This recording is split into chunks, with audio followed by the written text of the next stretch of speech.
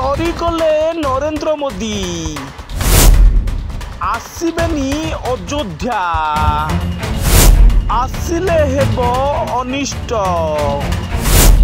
आज भारतर प्रधानमंत्री संपूर्ण भयभीत। आज्ञा हाँ, भारत रे प्रतिष्ठा हेउथिबा भव्य राम मंदिर को आसबे नाही नरेंद्र मोदी एभली किछि साधारण रे चर्चा हेउछि, किंतु एहा सत्य। जेउ भली चारिधामर शंकराचार्य माने एही मंदिर प्रतिष्ठा को न जिबा ओ प्रधानमंत्री को चेतावनी देबा, सेथिपाई प्रधानमंत्री होइगले सतर्क। तो सेथिपाई आसिबे नाही एही प्रतिष्ठा दिवस को।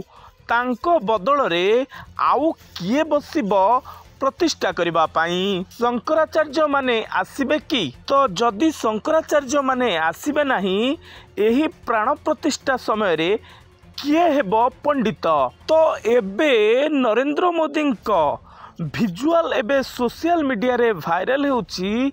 विभिन्न धर्म अनुष्ठान जाउछंती प्रधानमंत्री। अनेक पंडित मानक मत नेबा परे पंडित माने कहिछंती जे साथी रे तांको धर्मपत्नी रहिबा दरकार। कौन एते दिन परे साथी रे आसीबे तांको धर्मपत्नी? तांको धर्मपत्नी को मनइबा पाई करूछंती कि प्रधानमंत्री किछि प्रयास?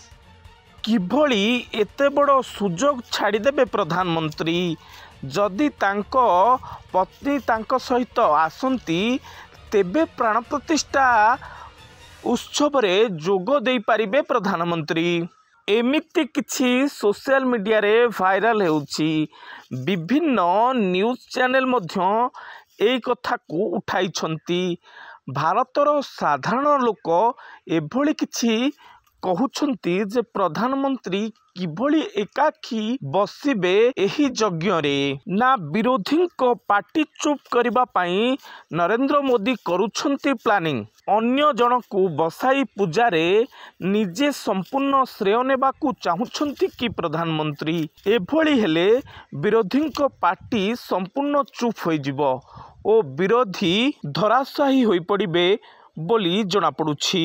एभली कथा आमे कहूनाहु। मु बारंबार कहिछि जे साधारण रे एभली चर्चा हेउछि जे प्रधानमंत्री कोनोसी प्रकार आसीबे नाही कि अनिष्ट को स्वीकार करिबे नाही बोली साधारण लोक माने चर्चा करूछंती।